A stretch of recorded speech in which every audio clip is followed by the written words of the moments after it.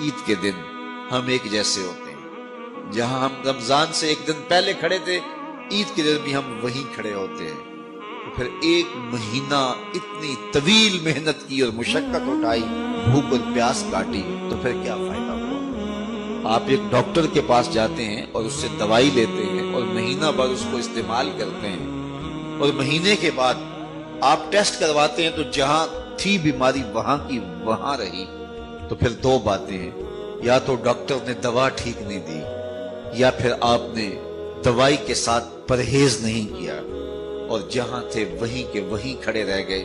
تو ڈاکٹر کے پاس دوبارہ جائیں گے تو وہ کہے گا جناب اس بیماری سے نجات تو ایک مہینے کے کورس سے ہو جاتا تھا، تو آپ کو آرام کیوں نہیں آیا؟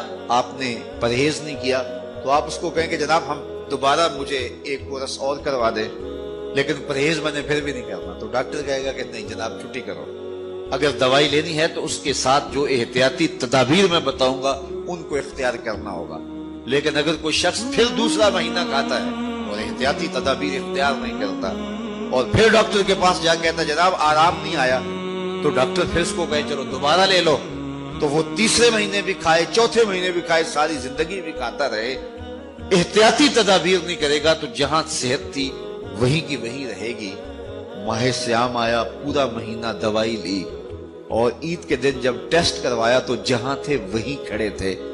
یا تو پھر دوائی ٹھیک نہیں ہے، میرے رب کی دوائی کس طرح ٹھیک نہیں ہو سکتی؟ جب اس نے کہا ہے لعلکم تتقون، تم روزے رکھو میں ضمانت دیتا ہوں تمہیں تقوی ملے گا، تو پھر تقوی نہیں ملا ہے تو پھر ہم نے روزے کی احتیاطی تدابیر کو اختیار نہیں کیا ہے اور اتنی طویل مسافت کاٹی ہے، مشقت کاٹی ہے، بھوک کاٹی ہے، پیاس کاٹی ہے.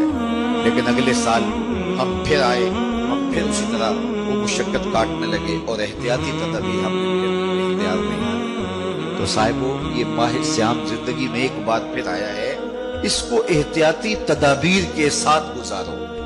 من لم یدع قول الزور والعمل به فلیس للہ حاجۃ فی ان یدع طعامہ وشرابہ. کہا جو جھوٹ اور جھوٹے امور اور کام نہیں چھوڑتا اس کے بھوکا اور پیاسا رہنے کی کوئی ضرورت رب کو نہیں ہے. وہ روزے کے ذریعے سے تمہاری تہذیب نفس کرنا چاہتا ہے، تمہارے من کو سنوارنا چاہتا ہے، تمہارے اندر کی غلاظتیں دور کرنا چاہتا ہے، لیکن تم اس کو احتیاطی تدابیر کے ساتھ لینے کے لیے آمادہ نہیں ہو. تو کاٹتے رہو، ہر سال مشقت کاٹتے رہو. 40 سال 45 سال 50 سال ہو گئے روزے رکھتے.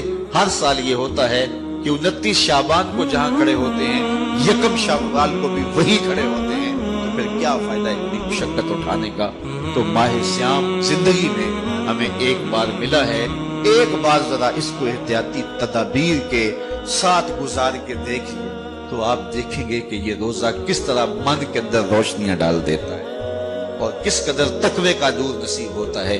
تو زندگی میں اس ماہ نور، ماہ سیام رمضان المبارک کو پوری احتیاط کے ساتھ، پورے حزم کے ساتھ اور جو بتائے گئے اصول و ضوابط ہے ان کے ساتھ گزاریے. آنکھوں پہ بھی پہرا بٹھائیے، خیالوں پہ بھی پہرا بٹھائیے، سوچوں کو بھی آوارہ نہ ہونے دیجیے، رزق بھی پاک لیجیے اور زبان پر بھی کوئی ایسا جملہ نہ آنے پائے جو رب کی ناراضگی کا سبب ہو. خیال بھی نہ بھٹکے، نظر بھی نہ بہکے، اور ایک ایک عمل زندگی کا خوبصورت ہو، منظم ہو، مرتب ہو، اور ادھر 30 روزوں کی بھوک ہو. اور پھر نتیجہ کیا ہوگا؟ میرے رب نے وعدہ دیا ہے لعلکم تتقون، تمہیں تقوی کا نور نصیب ہو جائے. تمہاری زندگی ایک عجیب کیفیت میں ڈھل جائے گی اگر تم روزے کو اس کی